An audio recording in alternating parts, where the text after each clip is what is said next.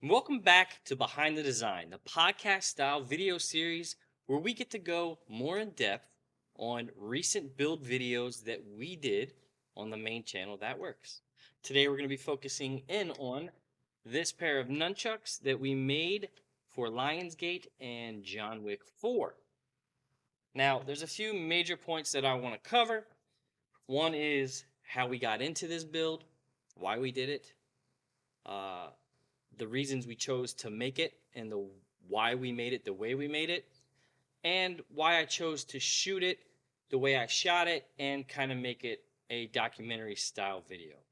So, to get started, I just want to talk about how this came into be and kind of give you an overview of the different scenarios of what happens when we do choose a build. This particular one was about the time frame we're going to start at was about 2 weeks before John Wick 4 came out in the movies. And about 2 weeks, I got an email from a representative at an ad agency asking if we would like to do a video based on John Wick 4. Now, most of the time, the creators people work with are vloggers or reviewers or live streamers, that type of thing. But for us, we're builders, so that short time frame usually never works for us. Usually when we get these really quick hurry up builds, we got to look at it realistically and know that we can't get a quality build video done in that amount of time. But it's John Wick, and it was a really cool opportunity, and we just had a little window in time before we got started on our Blade Show projects, so we wanted to try to make it work. So we bounced back and forth.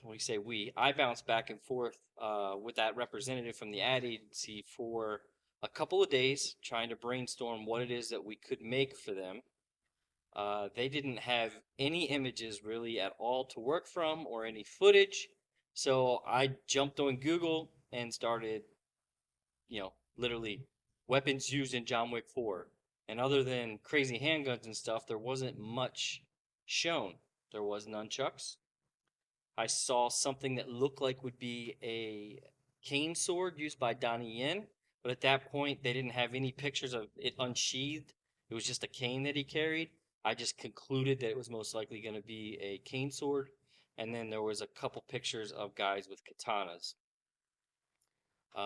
Katana builds do very well on our channel, so the very first way I tried to steer them was to a katana build, even though 2 weeks most definitely wasn't enough time to make a katana. Ilya had some katana blades that we had made on previous builds and other stuff on personal projects in various stages. So the way I pitched it was we would use some footage that we didn't use in other katana builds of the folding and the heat treat and such as that. And basically, all we would have to do is make a new suka, suba, the fittings, stuff like that, and basically use a blade that we already had done. Don't love doing that. I like to be upfront with you guys when we do builds. We actually haven't done much of this bait and switch stuff on this channel. On previous projects, some of that had to be done. So I felt like that was going to be our best bet for a quote unquote banger of a video and a build that I know our crowd enjoys. And we were going to lie, we were going to upfront say where that footage was from and basically just focus on the fittings, which we kind of gloss over on most videos. So it was going to kind of be cool. However, the previous video that we had just done was the Call of Duty katana, where we did focus on the fittings. So it kind of was like one of those things where it's like, just almost mission impossible to do that. And when we make katanas, Ilya really likes to make the scabbards. So, I mean, it was going to be a real time crunch. However, when I pitched that to him, the people at Lionsgate actually didn't want a katana. So we threw that out the door. And I said, okay, you don't want a katana? Let's go with what this appears to be a cane sword. This was about day 3 of negotiations. So that puts us at 11 days to the movie coming out. And that's the day the movie came out, they wanted this video to come out naturally. So we got about 11 days now. I suggested the cane sword. At that point, the behind the scenes video was released.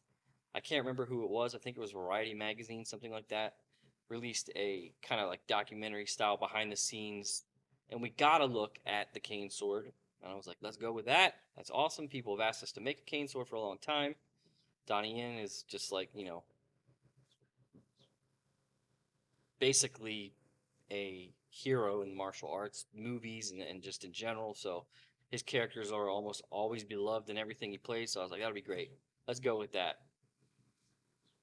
About 12 hours went by. I get an email back. It said, no, they really want to focus on something that John Wick used. So let's go with nunchucks.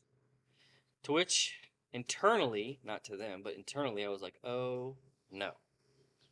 Like, great on one hand. It's a simple build. We can knock that out of the park in a couple of days. No big deal. But nunchucks are literally two sticks and a chain or whatever it is that binds it, a rope, a chain. So immediately I was like, oh no, how am I going to make two sticks and a chain an interesting video where we just came from doing an epic video like the Call of Duty Katana?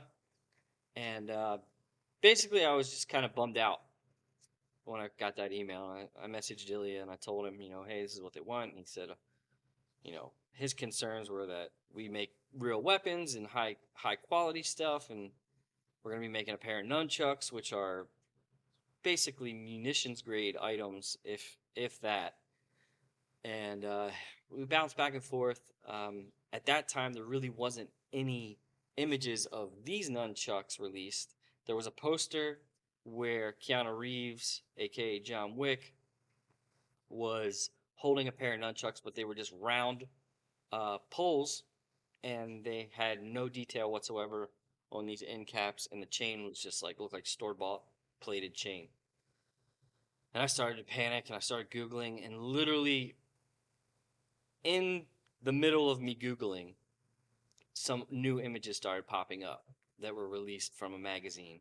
And it was one image just cropped different ways. It wasn't a very clear image, but you could see that the wood portions were octagon or hexagon. They were definitely faceted, and you could see that the caps had some sort of engraving on them. It looked to me like it was a demon face, probably to portray the story of the Baba Yaga that they do in John Wick. So I assumed that that's what that was, and then it looked like some squiggly lines to fill in the blanks. Ilya decided to engrave those squiggly lines as waves and wind motifs because that's very classic in Japanese artwork and in weaponry. So we just kind of made it up from this one image that wasn't super clear, but it looked like that was definitely a screen cap of like a camera that was filming behind the main camera. So it wasn't just him practicing, it was something that he was going to use in the movie. So there we had it. We had some way of making something kind of cool that wasn't super plain.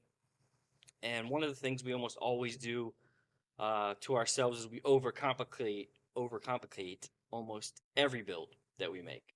We always, it's not Damascus, we make it Damascus, or it's plain handle, so let's make the handle more realistic and blah blah blah. So that's just one of those things you get into when you're making cartoon or hand-drawn weapons in real life, is we usually overcomplicate stuff, add more detail where it's just maybe a broad marker that drew it initially. We were going to add in the silk. It's not just a plain plastic wrap, stuff like that on the handles. And anyway, we've had our item and we decided to go. So that's basically part one of how we got into that. This was at the end of day 10. So our first build day was going to be day 9. Okay, so now we're at the point where we know what we're going to make. We know the time frame we have to make it, and we have addressed how we've gotten here in the first place. The next thing that we had to decide was how to make the other part, the actual video itself. We're kind of limited here with nunchucks. So my thought was, do we just make a 3.5-minute video where we make some nunchucks? Or do we find another clever way to add some actual value to this video to the actual viewer? Now, one of the things I take great pride in is that we don't just take sponsor money every time it comes and just make the item. We always try to throw in some good information or some processes that we think you, the viewer, will get something out of. Either some historical knowledge, or you find a specific technique, or two or three or four or 10 techniques in the video where you go, ah, so that's how they do it. Things like that. So there was a real challenge, you know. Do we just show making some chain? Do we just show hand planing some wood? Is that really some mind-blowing thing? I think we've all seen those processes a lot of times. So my initial thought was, let's make it like a documentary.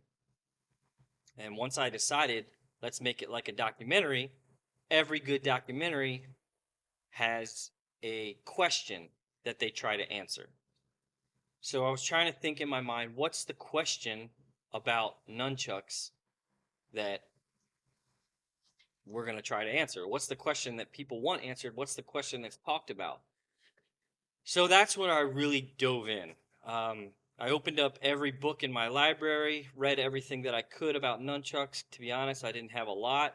So I turned to YouTube and started watching other documentary style videos where people were talking about it. You know, we got literally lots of weapon experts that have talked about it. We got Matt Easton and Skull Gladiatoria, I think it did a video. You know, there's a bunch of them. There's ones that you've probably never heard where they're just historians at museums talking about it. So I watched hours and hours and hours of these videos, and it seemed like, the main question was, did these weapons exist? Did they actually exist? Now, that didn't seem like a great question, so I decided to look into it more, and I posed the question, did nunchucks exist on the battlefield? Were these battlefield weapons like we see in the movies, warriors using these weapons? Now, to be honest, other than like Ninja Turtles, well, even in Ninja Turtles, these are more often depicted on one-on-one martial arts style fights. And I went back and looked at the earliest references that I could find. And it seemed like this weapon basically came online when Bruce Lee used it back in, I believe, the 70s. Bruce Lee, then Ninja Turtles, then this, that, and the other, and then not John Wick. But I couldn't really find any great information on any usages of the nunchucks on the battlefield. Now, to be honest, you could just take out the battlefield part in this question and say, were they used in actual combat? I felt like that was a broader question, so I just focused on were they used on the battlefield.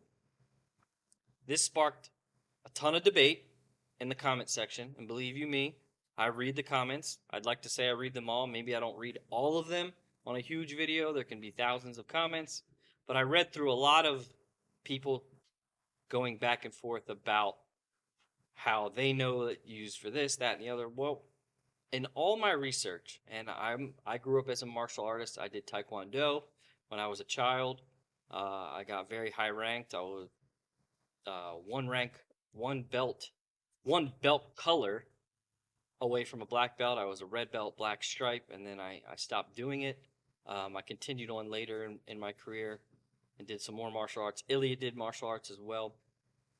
I had a lot of really good references and people I could talk to about the martial art aspect. And they all told me, and from my research, what I found is that there weren't any existing katas for nunchucks until fairly recently, basically in our lifetime. But when Bruce Lee came out and used them, it appears that martial arts dojos kind of jumped on the bandwagon, developed katas and forms to learn how to use the nunchuck. But before that, I couldn't find anything. Basically, legends and myths. And in the video, I covered a handful of the legends and the myths of the origins of nunchucks. Okay? Let me tell you, there was a lot more than just 3 or 4. There were a whole lot of them. And I said in the video that I was only going to cover what I felt was the main ones. And in the comments, some people got really upset saying, oh, you didn't talk about this, you didn't talk about that, you didn't talk about this. Well, we only had a certain amount of time to talk, so I just kind of put out there what I felt were the main points. There were some origins in China, there was a couple in Okinawa, there were now recently I believe people have told me that in the Philippines they were used.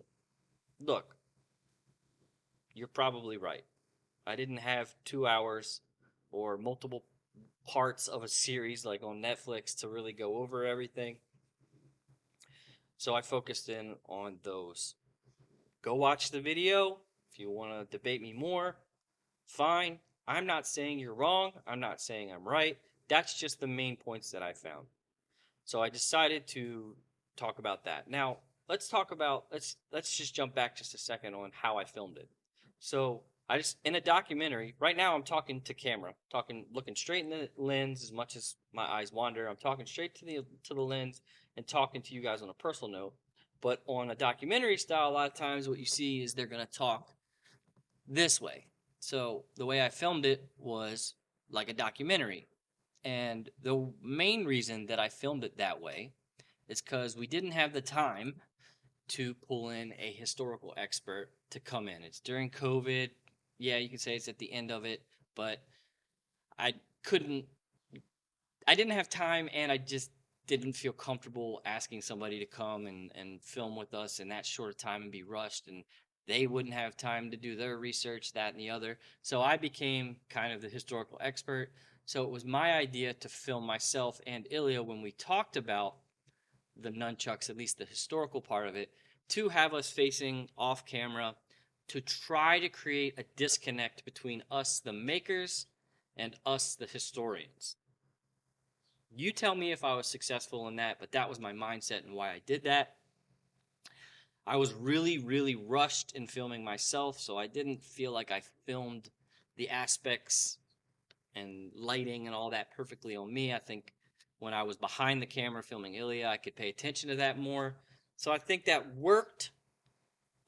A lot of people who don't know us watch these videos. So you watching this, you're most likely a subscriber to That Works. And obviously this channel, That Works too. So you know us. So it might be harder for you to make that disconnect, but I think it worked better for people who don't know us. That was just one of those things that I had to make a decision how to film it, and I thought that worked pretty good. I saw a couple comments where people were like, why are you talking to the side of the camera? That's so weird. Well, that's why, you know. I really do love making documentaries. I think they add more. I love the thought of our videos being used as a reference in, say, a college paper or somebody else's research. So, you know, I made our first documentary style video on the bridge amble on the main channel. That's one of my favorite videos we ever did. That's before I even had a decent camera. I'd love to have a do-over on that one, so we might revisit the bridge amble at some point. But I really do love making those documentary style videos, so that was my choice. Love it or hate it, that's what we did. Now, in regards of the usage of the nunchucks and some of the origin stories, there were some other things I recorded that I had hoped to talk about, but like I said, we were mixing the talking points in with the making of the nunchucks, and we like to do that because we don't want to just sit here like this style video and talk to camera. Some people hate that, and they get bored and they tune out or they skip through, and then our video retention goes to crap. So my idea was to mix in the talking points while we're making it, and I just ran out of making clips to add to some things. One of the things I recorded a lot more of, I think I put a tiny little blurb in, was the European usage of flex weapons and flails specifically. There were a ton of flails used in Europe across all the cultures. Everything from high society knights, if you will, using very elaborate, well-crafted items, all the way down to peasants using things called peasant flails, which were very much like nunchucks, pieces of wood, twine, leather, flex weapons that they could use And the reason that they use that is because they didn't have access to swords. Um, and a flex weapon can lay some punishment with very little training. And that was one of the things that we talked about in this video was the fact that if you're going to use nunchucks, uh, you need a lot of training because they're dangerous. If you were a child, you probably played with nunchucks. If you're my age, born in the 80s, Ninja Turtles, whatnot, you probably made some nunchucks at home and you probably bashed your knuckles, bopped the back of your head, all that kind of stuff. So nunchucks would take a lot of training. But flails didn't take that much training because there's not this fancy movement. It's really just bam. It's basically a club that you can add a little more force to because of that flex. And the goal of that weapon would have been to literally hit a knight in armor that has all kinds of articulating points. Say you hit him in the arm, he just went to block it, hit him in the arm. If you bent and crinkled some of those articulations, his arm wouldn't be able to bend anymore, and you're slowly reducing the effectiveness of your opponent. We also had like mid-grade flex weapons, flails, pommel flails, which is exactly what it sounds like, the end of a pommel, put on a flexible whatever it was, attached to a pole. We've all heard of morning stars, which is the spiked ball. Um, Once again, I'm sure like knights and stuff trained from that. They were used as cavalry weapons. Um, you know, those existed. But that's a culture way over here, and we're over here in Japan and Asia. So you can tell by just the evolution of other Asian weapons compared to European weapons. They were very, very separate. And I didn't feel like that added anything to the video anyway. So when I left that out, I didn't feel too bad about it. Saw some comments. Definitely flex weapons existed throughout all cultures for hundreds of years. So that's that. All right, so the next topic basically is why we made it the way that we did make it, right? So there's a lot of different ways to make chain. I saw some people complain that we just butted up that chain and we didn't forge weld it. I personally did want to forge weld it. Ilya told me basically that would be ridiculous. Why waste the time to forge weld it? Because the only real need to forge weld chain is if it's under a load. That means it has a load on it, lots of weight, lots of tension. With these, the only amount of load that you can put on them is literally what you can produce with your arm. So we're not talking about tons. So there was no real reason to do that, okay? Now you can make each link individually, put it together if you want.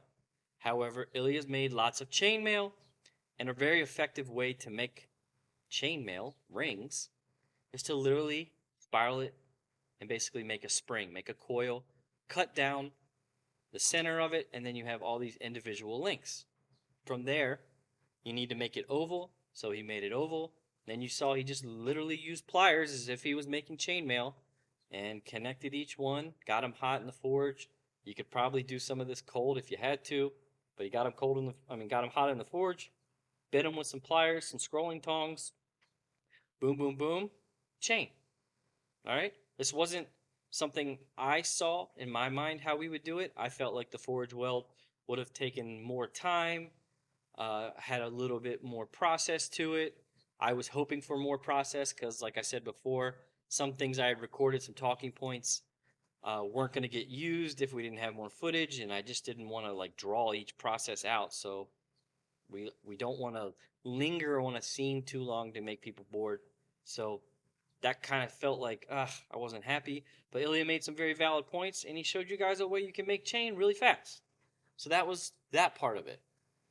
From there, he made the caps. I thought we could make the caps a different way by basically hand raising, but he said, why do that? We can literally take some pipe, forge the ends over, boom, boom, boom, and then we have caps. And by forging pipe and shrinking the ends of the pipe over, you create a natural hole. We didn't even have to drill a hole, it was already there. Bada bing, bada boom, you have a cap that literally anyone can make if they can make pipe, and you can make pipe pretty easy. So that was how we did that. Like I told you, the engraving was something that we didn't have great imagery of. and we kind of had to make it up. Ilya did that quite fast. He's very, very quick at doing engraving, especially ones that are kind of chunky like that. So that only took him a couple of hours. I think I only filmed one of them. He had done one, come in, showed me. I asked him to make some adjustments. I didn't like the face too much. I don't think he's familiar with John Wick as much as I am, so I said, let's make it more of a demon face. So the second one, he made more of a demon face, and then he, like I said before, he engraved waves and wind motifs into it, along with the top and bottom borders that we actually did on a narrow wheel to kind of give it a three-dimensional shape, which is pretty cool. Now the connecting links that he chose to make were pretty nifty. That's not exactly how I wanted to do it. I wanted to hand forge a screw that's screwed in. He said that's just not how they're done. That would be kind of pointless, blah, blah, blah. We had an argument about that. You guys don't get to see a lot of those arguments.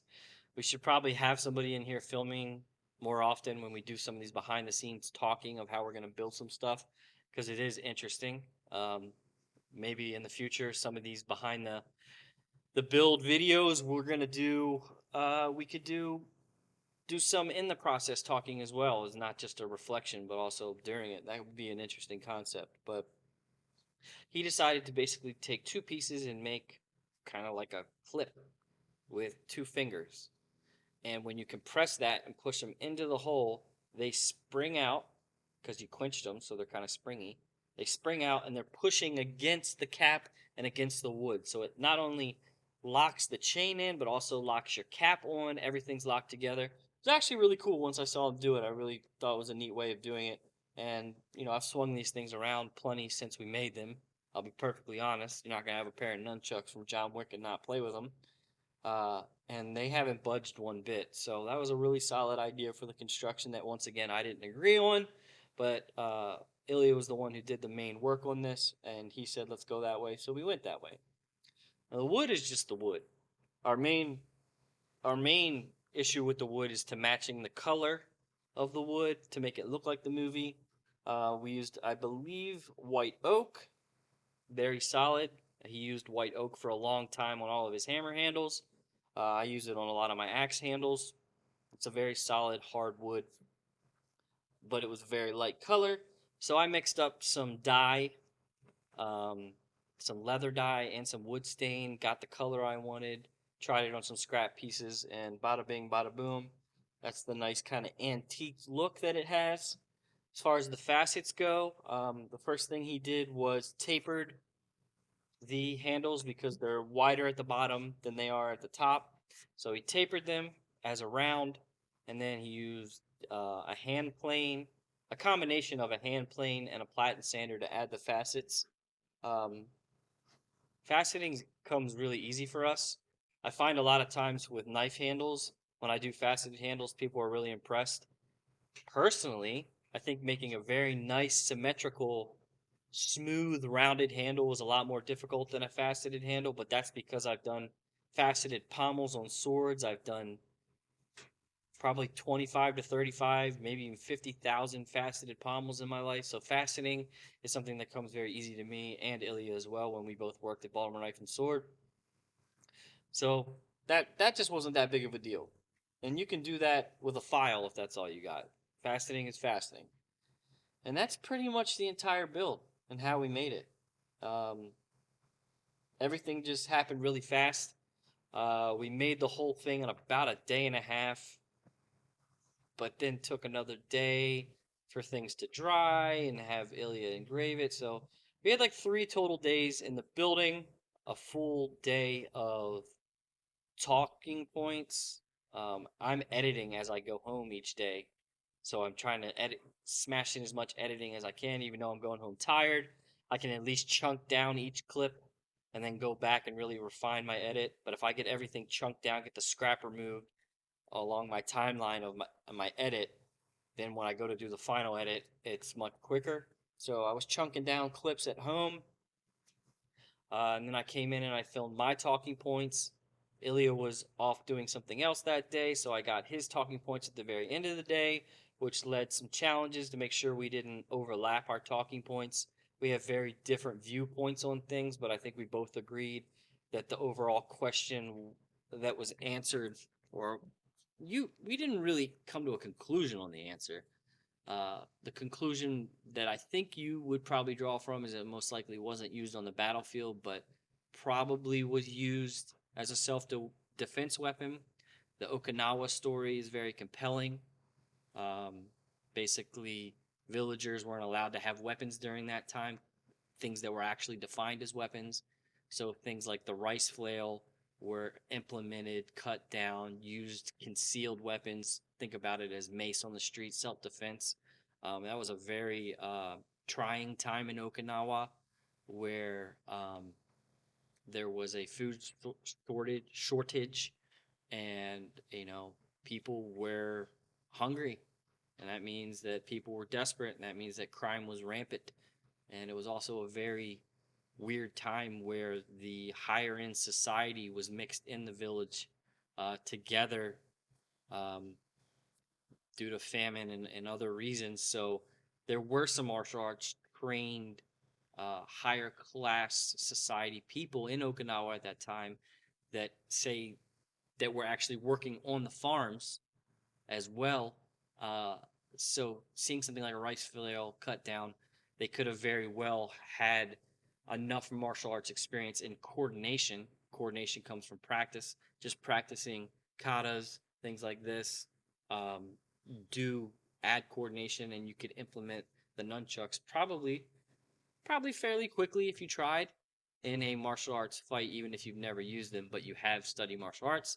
So that's probably the usage they had. I don't think we ever made the case, or anyone's really made the case that they were used on the battlefield, other than the Chinese origin story, where they used them against the Mongols in a battle. Once again, this is verbal information passed down. We don't really have great documents of that happening. So I don't want to put a conclusion in this video just like I did in that video. You decide, you go do research. What do you think? Um, but while we're on the topic, one thing that I'd like to do is read a couple comments before we go and kind of address some of the main points and see if we can come to an agreement on some of these things. All right, first is a comment by Marcus Armstrong 037. Now, this is a very, very long uh, comment, so I'm not going to read all of it. But basically says there's a similar weapon that came about during the time period in Philippines called the tabak toyak, and we have evidence that this is used by criminals, gangs, and the like to be a weapon that was easily hideable, yet still had the same reach, more common harness sticks and short swords earlier in time. My hypothesis, and I want to make this clear, is that this is my hypothesis, and it's unproven at this point, that the nunchaku were also invented around the same time period for that purpose. Part of the supporting evidence is firstly that it's the same time period, either the idea made its way from one place to another. China also has similar flail weapons this period, and they were independently invented in both places. These would not be the first time in history something was independently. Secondly, because of the lack of evidence of existence, used among the elite class and military, who are notorious for keeping good records, the nunchucks were certainly not military fighting weapon, but it does not mean they were not used in self-defense. Though, if my hypothesis, why am I having trouble with that word? Though, if my hypothesis is correct, they were probably used by muggers and gangs to attack people. Okay, so great comment. I mean, I kind of already addressed this. Yes, most likely that is where we're coming from, but in a documentary, when we're talking about historical stuff, you can't use the word probably. Okay? We have to, like, pyramids were probably built by the Egyptians. I mean, it just doesn't sound right. You have to put evidence together and make a real hypothesis, okay? Perfectly fine to have this opinion. I probably also have this opinion. I'm not going to say if I do or not, but I probably also do. But it's just as likely that they didn't really exist as seen in movies as we know modernly until Bruce Lee and the like, and theater and martial arts theater and whatnot. They're very theatrical weapon. Now, think about all of these Asian cultures. One of the things that plays a main purpose in their culture, not main purpose, but takes high precedent in their culture, is theater. China, Japan, for sure. And one of the things that they did do is develop weapons like oh god, I can't remember the the hat that throws and goes around people's head. That's all a theatrical weapon. Okay, kind of blends into culture as the years go along, and people get confused about historical evidence. We tried to base this on historical evidence, but I do like your comment. Let's find another good one.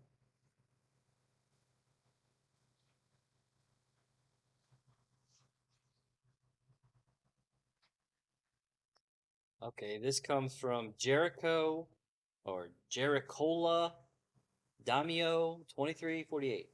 A theory my master used to teach me was in feudal Japan, there are instances where a family would be ambushed inside their household and with nothing to defend themselves with, they would use rice flails. The issue is that the houses in feudal Japan were really narrow spaces, so they had to shorten these flails, hence nunchucks. Same story as to how the ninjato came to be.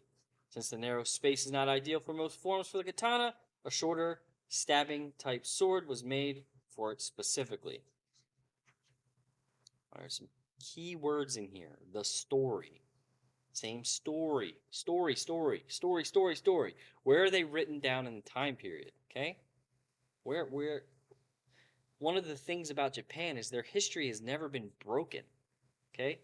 They've never had some big change regime where all of their buildings were burned and all their knowledge was lost. Look at the katana. It never stopped being made. Right? They know where their martial arts lineages and their weaponry comes from. There's well documented. Most of the time, it's papered and they can even find the makers.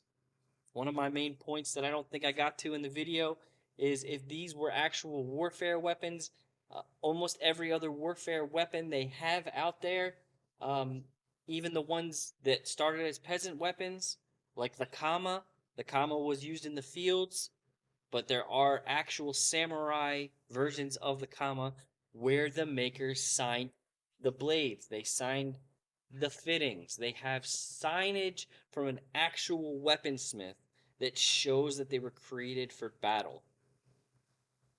Find me a pair of nunchucks from the time period. I don't even care how old it is, that are signed. We don't have that. So it's just stories. Let's find another one.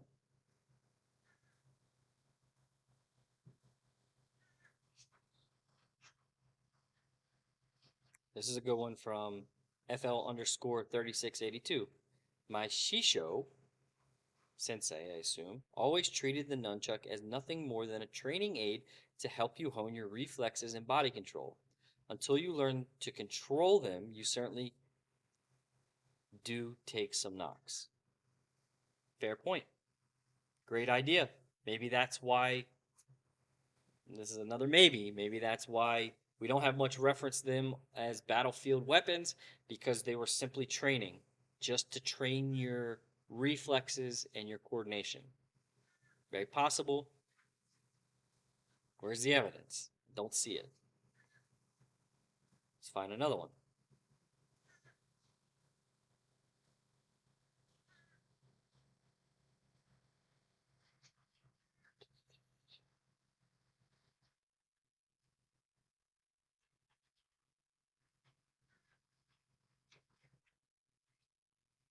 All right. I'm not even going to read through this. We're just going to go right to it. This one comes from Yama underscore no underscore Kitsune. Lovely video. A couple comments from practitioner of Ryu Kayu Kabudo, particularly on origin, as we are taught in some you did mention. Okay, why comment on it then? We use nunchucks. We have katas and styles. Most are done with single nunchaku. There are some styles that do two nunchaku, one per hand. The standard nunchaku has a rope and not a chain. Very true. You state you have katas. Give me some lineage of those katas. I've said in the video there are katas. There are definitely katas now that work and teach you how to use them, but were they existent in the time of, let's say, feudal Japan or earlier? I've not found any. Maybe there are.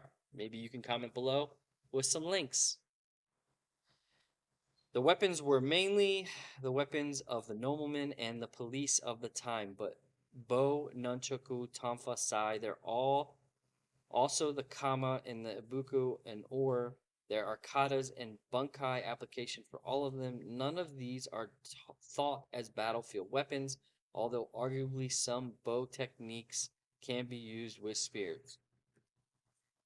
Most of that is true. I found katas for almost all of these from time period, from like feudal Japan, Okinawa. I found lots of them where they developed them then. Still didn't find any from the nunchuku. Didn't find any. I know they exist now, but when were they developed? Lastly, as you said, training became more massive when Japan conquered the kingdom of Ryukyu, and it became the province of Okinawa, prohibiting the use of standard weapons, swords, spears, and the local population. The Okinawan royalty was regulated to commoners. Yeah, I mean, I addressed all that.